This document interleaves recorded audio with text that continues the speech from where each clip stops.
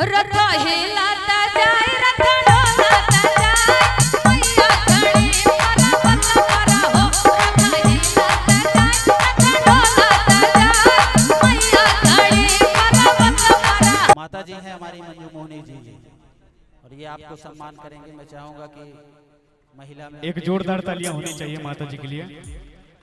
क्या बात है। पीजी भैया के माध्यम से, प्रवीण भैया के माध्यम से सभी का स्वागत अभिनंदन वंदन तो हो ही चुका है और एक बार पुनः हमारी तरफ से सभी का स्वागत अभिनंदन वंदन। जितने भी हमारे कलाकार साथी हैं, पत्रकार साथी हैं, जितने हमारे भक्तगण हैं, जितने भी लोग यहाँ एकत्रित हुए सभी का हार्दिक स्वागत अभिनंदन करते हुए माता रानी के चरणों में माथा टेकते हुए आप सबके बीच में प्यारी सी हाजिरी। ज्यादा देर नहीं करेंगे क्योंकि पीजी न्यूज भैया बहुत टाइम लिए और कितनी माताएं बहन हमारी चली गई और वैसे भी ड्रोन चोरवा के डर के मारे वैसे क्या गांव में घुसल बा देखा चोरवा लेके ड्रोन कैमरवा। तो आई हम ज्यादा कुछ न कहा, गीत की शुरुआत करब।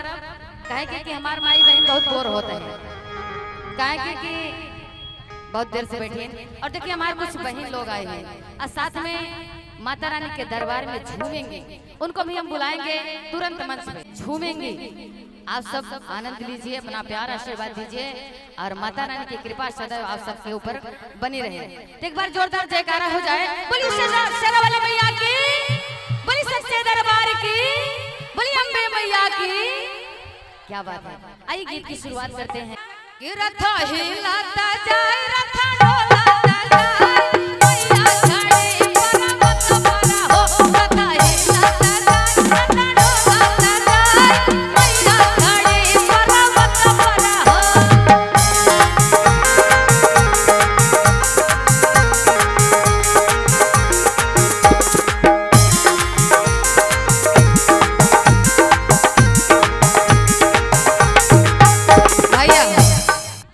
रथ हिलाता जाए रथ डोलाता जाए मैया खड़ी पर्वत पर हो रथ हिलाता जाए रथ डोलाता जाए मैया खड़ी पर्वत पर हो।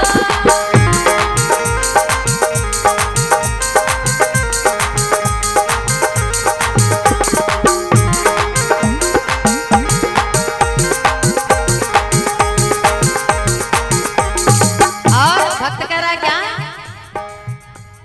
जब मोरी मैया के चुकल चनुरवा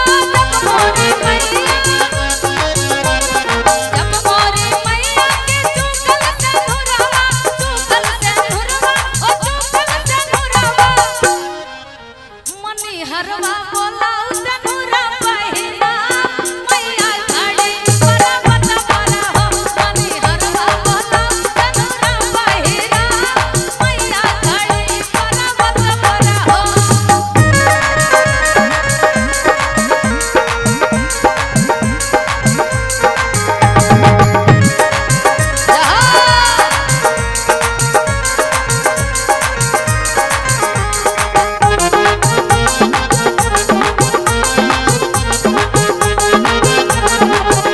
क्या बात है, बोली शादी दरबार की। और भक्त करा क्या,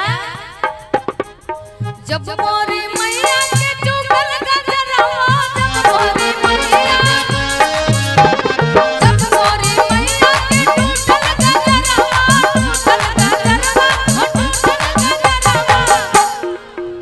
ऐसे नहीं। एक बार पहले जोरदार जयकारा हो जाए माता रानी का कि बोली सच्चे दरबार की। क्या बात है। और देखिए प्यारा सा आशीर्वाद माता रानी के चरणों में चढ़ावा आदरणीय हमारे भैया चंदन तिवारी की तरफ से पूरे 200 रुपए का प्यार इसमें आशीर्वाद आया है। भैया के चरणों में प्रणाम करते हैं, आशीर्वाद की कामना करते हैं। और भक्त करा क्या, जब मोरे मैया के टूटल गजरवा जब मोरे मैया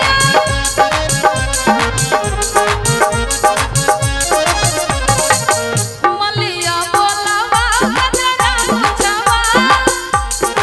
ऐसे नहीं, लंबे लंबे दोनों हाथ ऊपर करके, लंबे लंबे दोनों हाथ, एक हाथ से अर्पण होता है और दोनों हाथ से समर्पण होता है। तो समर्पण के भाव से आप आइए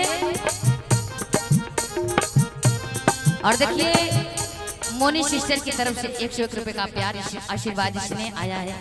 माता रानी करे कि आपके जीवन में सदैव खुशियां भरी रहे और गम का कभी सामना न करना पड़े।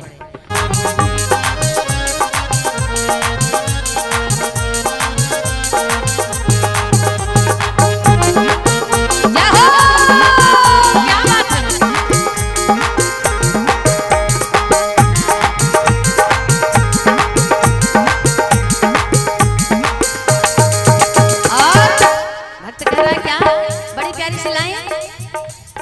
जब मोरे मैया के फूटल चूड़िया,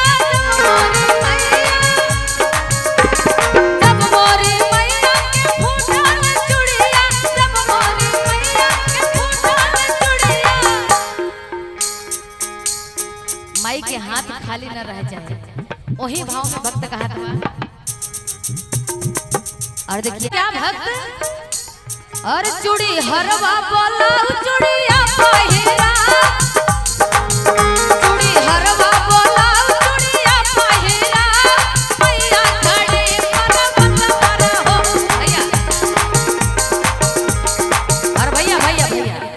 देखिए प्यारा सा